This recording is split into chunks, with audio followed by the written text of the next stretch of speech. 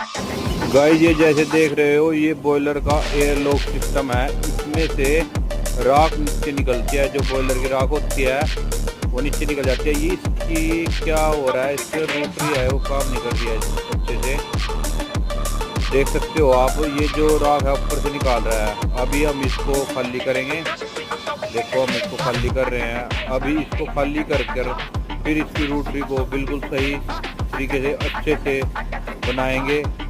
Guys आप देख सकते हो हमने इसको अच्छे से फिट कर दिया है रोटरी को, और ये देखो ये अच्छे से पूरा प्रॉपर तरीके से काम कर रही है। राख बिल्कुल सीधी नीचे गिर रही है। अब ये हमारा काम हो गया है और राख पाइप के माध्यम से